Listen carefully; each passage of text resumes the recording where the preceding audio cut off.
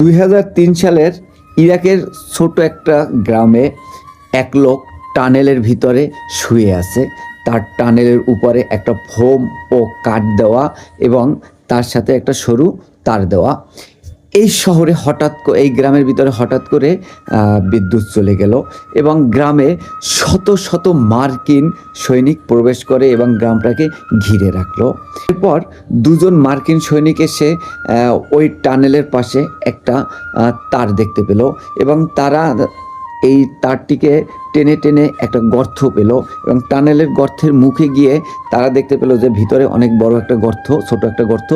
তো এই গর্তে তারা কোনো একটা বিস্ফোরক কিছু ফালানোর চেষ্টা করছিল। তখনই দেখে যে ওই টানেল গর্ত থেকে দুইটা লোক হাত উপর করে এসে জাগিয়ে সিলিন্ডারের মাধ্যমে সে সমর্থন জানালো।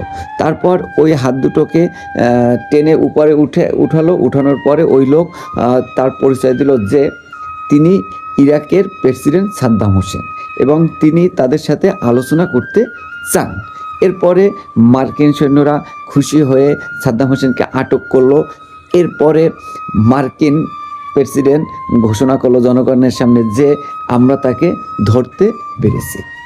কি এভাবেই সাদ্দাম হোসেনকে বন্দি করা হয়, তাকে খুঁজে পাওয়া হয়। এই গল্পটা আমরা কম বেশি সবাই জানি এবং কম বেশি না, এটা সবাই জানি বলতে গেলে। আমাদের সবার ভিতরে একটা ছোট বড় ক্লিপ আকারে দিয়ে আমাদের মুখস্থ করে দেওয়া হয়েছে। কিন্তু এই গল্পের আড়ালে আরও একটা গল্প আছে এবং এটা সত্য না। এর পিছনে সত্য গল্পটা মার্কিন সৈন্যরা বা মার্কিন সরকার এতদিন তারা প্রচার করেনি, তারা এই ঘটনাকে প্রচার করছে। তো চলুন বন্ধুরা, আজকে সেই সত্য ঘটনা নিয়ে আলোচনা করি যে কিভাবে সাদ্দাম হোসেন আসলে ধরা পড়ল। দেখুন, সাদ্দাম হোসেনকে উৎখাত করার জন্য বা গ্রেপ্তার করার জন্য 2003 সালের মার্চ মাসে আমেরিকা ও তার মিত্রবাহিনীরা ইরাককে আক্রমণ করে। তো শুরু হয়ে যায় ইরাক আক্রমণ ও মার্কিন ও ইরাকের যুদ্ধ। তো তখনকার আমেরিকার প্রেসিডেন্ট জর্জ ডব্লিউ বুশ জনগণের সামনে ঘোষণা করেন যে প্রিয় দেশবাসী, ইরাককে মারণাস্ত্র মুক্ত, ইরাকের জনগণকে মুক্ত ও বিশ্বের বড় ধরনের ক্ষতি থেকে মুক্ত করার জন্য আমাদের এই ইরাকে অভিযান। তো এরপরে হলো কি, এরপর যুক্তরাষ্ট্র একটা কোয়ালেশ গঠন করে সাদ্দাম হোসেনকে উৎখাত করার জন্য একটা কোয়ালেশ গঠন করলো। তো এই কোয়ালেশ গঠন করার পরে কোয়ালেশ অভিযোগ করলো যে সাদ্দাম হোসেন ভয়ানক মারণাস্ত্র তৈরি করে লুকিয়ে রেখেছে, তো এটাকে ধ্বংস করতে হবে। এই জন্য সাদ্দাম হোসেনকে গ্রেপ্তার করতে হবে এবং সাদ্দাম হোসেনকে ধ্বংস করে দিতে হবে। কিন্তু পরবর্তীতে এই যে মারণাস্ত্র, আজকের দিন পর্যন্ত আমেরিকা প্রমাণ করতে পারে নাই যে সাদ্দাম হোসেন সেই মারণাস্ত্র তৈরি করেছিল। অথচ মার্কিন প্রেসিডেন্ট বিশ্বকে বলে বেড়াচ্ছিল যে সাদ্দাম হোসেন ভয়ানক ভয়ানক মারণাস্ত্র অস্ত্র ভাণ্ডার তৈরি করে ইরাকে লুকিয়ে রেখেছে এবং যা পৃথিবীর জন্য সবচেয়ে বড় ভয়ানক ও ক্ষতিকর। তো এভাবে মিথ্যে দাবি মার্কিন প্রেসিডেন্ট করেই যাচ্ছিল এবং তার কোনো প্রমাণ তিনি কখনোই আর দিতে পারেননি। পরে হলো কি যে মার্কিন সৈন্যরা যখন ইরাকে ঢুকে তারা তন্ন তন্ন করে খুঁজে যখন সাদ্দামের এই মারণাস্ত্র আর খুঁজে পেল না, তখন কিন্তু এই মার্কিন সৈন্যরাও হতাশ হয়ে গেছিল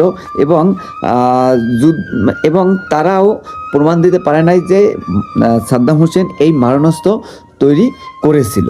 তো মার্কিন প্রেসিডেন্ট বিশ্বকে এই মিথ্যে গুজবটা বারবার ছড়িয়ে এবং সাদ্দাম হোসেনকে গ্রেপ্তারের জন্য বিশ্বকেও একটা উন্মাদনার তালে উৎসাহিত করেছিল।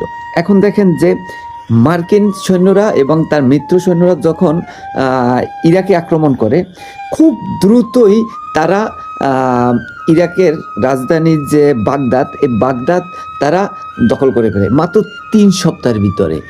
এই 3 সপ্তাহের ভিতরেই তারা ইরাকের সৈন্যদের মানে পরাস্ত করে তারা বাগদাদ দখল করে ফেলে। এবং বাগদাদ দখল করার পর তারা শহরের মাঝখানে একটা বড় স্তম্ভ ছিল সাদ্দাম হোসেনের, সেই স্তম্ভের সামনে গিয়ে তারা বিজয় উল্লাস উদযাপন করে এবং তাদের মার্কিন পতাকা ওই সাদ্দাম হোসেনের ওই স্তম্ভের সামনে তুলে দেন। তো এটা আবার ইরাকের জনগণ এটাকে ভালোভাবে নেয়নি। ইরাকের জনগণের এই মনের অবস্থা অনেকরা বুঝতে পারলো যে এটা ইরাক মনে করবে যে তারা, ইরাকের জনগণ মনে করবে যে তারা মার্কিন ক্ষমতার প্রভাবটা সবেমাত্র শুরু করে দিয়েছে। এটা যদি ইরাকের জনগণের মনে যদি ঢুকেই যায় তাহলে মার্কিন সৈন্যরা আর ওখানে অবস্থান করতে পারবে না। তাই তারা তাদের দ্রুতই তাদের পতাকা নামিয়ে নিয়ে তারা ইরাকের একটা পতাকা ওখানে তুলে দিল এবং তারা প্রমাণ করলো যে আমরা ইরাকের জনগণের স্বার্থেই আসছি এবং সাদ্দাম হোসেনকে উৎখাত করতেই আসছি। ইরাক আক্রমণ করার পর মার্কিন সৈন্য ও তার মিত্র সৈন্যদের একটাই কাজ ছিল যে সাদ্দাম হোসেনকে ও তার শীর্ষ কর্মকর্তাদের খুঁজে বের করা। এজন্য সাদ্দাম হোসেনকে ও তার শীর্ষ কর্মকর্তাদের খুঁজে বের করার জন্য মার্কিন সৈন্যরা একটা প্ল্যানিং করে। সেটা হলো যে সাদ্দাম হোসেন সহ তার 52 জন শীর্ষ কর্মকর্তাকে নিয়ে একটা প্লেইং কার্ড করে।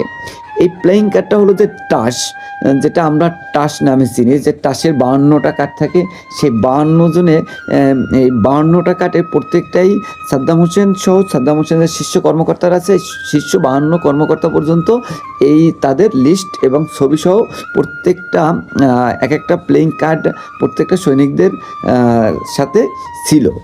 এবং এই কার্ডে সাদ্দাম হোসেনের ছবিটা এবং সাদ্দাম হোসেন ছিল প্রধান লিস্টে। এরপরের লিস্টে 2 জন লিস্টে ছিল সাদ্দাম হোসেনের 2 ছেলে উদয় ও কুশয়। এরপরে বাকি ছিল তার সাদ্দাম হোসেনের অন্যান্য শীর্ষ কর্মকর্তারা। মার্কিন বাহিনীরা সাদ্দাম হোসেনের অবস্থান খুঁজতে থাকে। তারা অভিযানের পর অভিযান করতে থাকে, মাসের পর মাস অভিযান করতে থাকে, তারা সাদ্দাম হোসেনকে খুঁজে পায় না। তারা এভাবে অপারেশন করতে করতে সাদ্দাম হোসেনের অবস্থান কিছুতেই খুঁজে পাচ্ছিল না। তাই তারা একটা প্ল্যান করলো কি, যে সাদ্দাম হোসেন ও সাদ্দাম হোসেনের 2 ছেলে উদয় ও কুশয়ের নামে অর্থ পুরস্কার ঘোষণা করবে। এবং তারা সেটাই করলো, যে সাদ্দাম হোসেনের নামে 25 মিলিয়ন ও সাদ্দাম হোসেনের 2 ছেলের উদয় ও কুশয়ের নামে 15 মিলিয়ন করে অর্থ পুরস্কার ঘোষণা করা হলো। যে তারা এদের সন্ধান দিতে পারবে তাদের এই 15 মিলিয়ন এবং 25 মিলিয়ন অর্থ পুরস্কার দেওয়া হবে।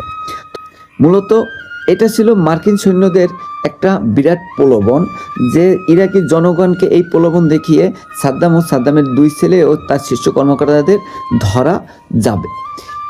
এই মার্কিন সৈন্যরা খুব আশাবাদী ছিল যে তারা খুব শীঘ্রই তাদের ধরে ফেলবে।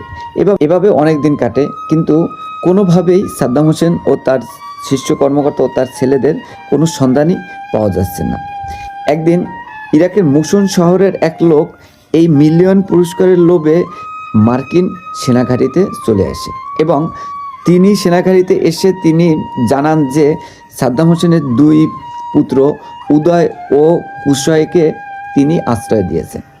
প্রথমে মার্কিন সৈন্যরা তার কথা বিশ্বাস করেনি এবং তার কথাটা বিশ্বাস না করার পরেও পরদিন তারা মার্কিন সৈন্যরা ও তার মিত্র সৈন্যরা ওই লোকের সেই বাড়িতে আক্রমণ করে তারা সেখানে অবাক হয় যে আসলেই এখানে উদয় ও কুশয় লুকিয়ে আছে।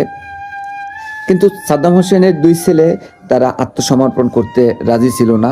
তারা এবং মার্কিন সৈন্যদের ভিতরে একটা গোলাযোগ শুরু হয়। সেখানে মার্কিন সৈন্যরা তারা তাদের এক্সট্রা সৈন্য এনে সাদ্দাম হোসেনের 2 ছেলেকে পতন করে এবং সাদ্দাম হোসেনের 2 ছেলে নিহত হয়। তো পরবর্তীতে তখনও সাদ্দাম হোসেনের কোনো সন্ধান পাওয়া যাচ্ছিল না। এবং মার্কিন প্রেসিডেন্ট ঘোষণা দিল মার্কিন প্রেসিডেন্ট ঘোষণা দিল যে সাদ্দাম হোসেনের 2 ছেলেকে তারা পতন করতে পেরেছে এবং খুব শীঘ্রই সাদ্দাম হোসেনকে তারা পতন করবে, খুঁজে পাবে। কিন্তু সাদ্দাম হোসেনকে তখনও খুঁজে পাচ্ছিল না। তখন মানুষ কনফিউশনে ছিল যে সাদ্দাম হোসেন ওদো বেঁচে আছে নাকি মারা গেছে, এবং মার্কিনরাও এটা শিওর হতে পারছিল না যে সাদ্দাম হোসেন বেঁচে আছেন কিনা। পরবর্তীতে সাদ্দাম হোসেনের 2 ছেলে মারা যাওয়ার পরে সাদ্দাম হোসেন যখন এক অডিও বার্তায় তার ছেলের শোক বার্তা প্রকাশ করছিল, তখন মূলত মার্কিন লোক আবার নড়েচড়ে উঠে বসে এবং তারা শিওর হয় যে সাদ্দাম হোসেন এখনও জীবিত আছেন, এবং তারা সাদ্দাম হোসেনকে ধরার জন্য আরও অনেক চেষ্টা করেন, তারা আরও অনেক সন্ধান করেন।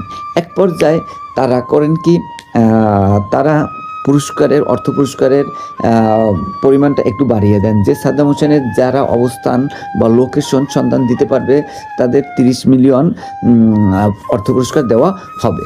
তো মার্কিন সরকারের এই অর্থ পুরস্কার লোভে ইরাকের অনেক জনগণ তাদের নিজেদের গোপন নথিপত্র, গুরুত্বপূর্ণ যে নথিপত্র ছিল সেগুলো মার্কিন সৈনিকদের হাতে তুলে দেন।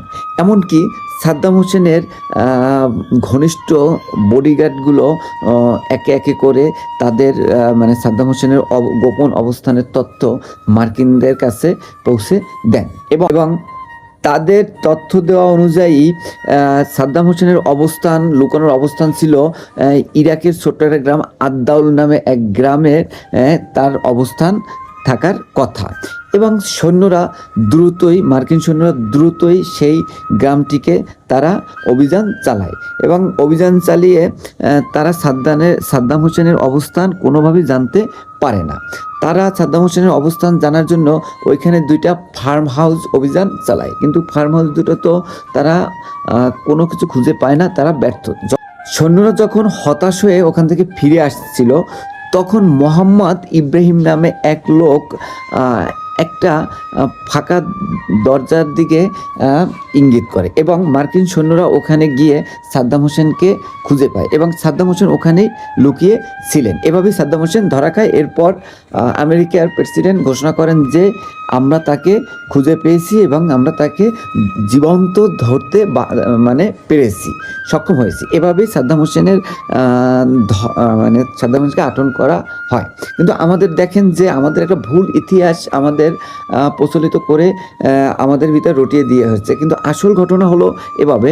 মার্কিন আমাদের ভিতরে যেই গল্পটা, সাদ্দাম হোসেন নামে যেই গল্পটা আমাদের প্রচারণা করছিল, কিন্তু তার পিছনের আসল সত্যটা হলো এটা, এবং এটা উন্মোচন হয়েছে অনেক বছর পরে। তো বন্ধুরা, সবাই চ্যানেলটা সাবস্ক্রাইব করবেন ও ভালো থাকবেন। পরবর্তী ভিডিওর জন্য অপেক্ষা করবেন।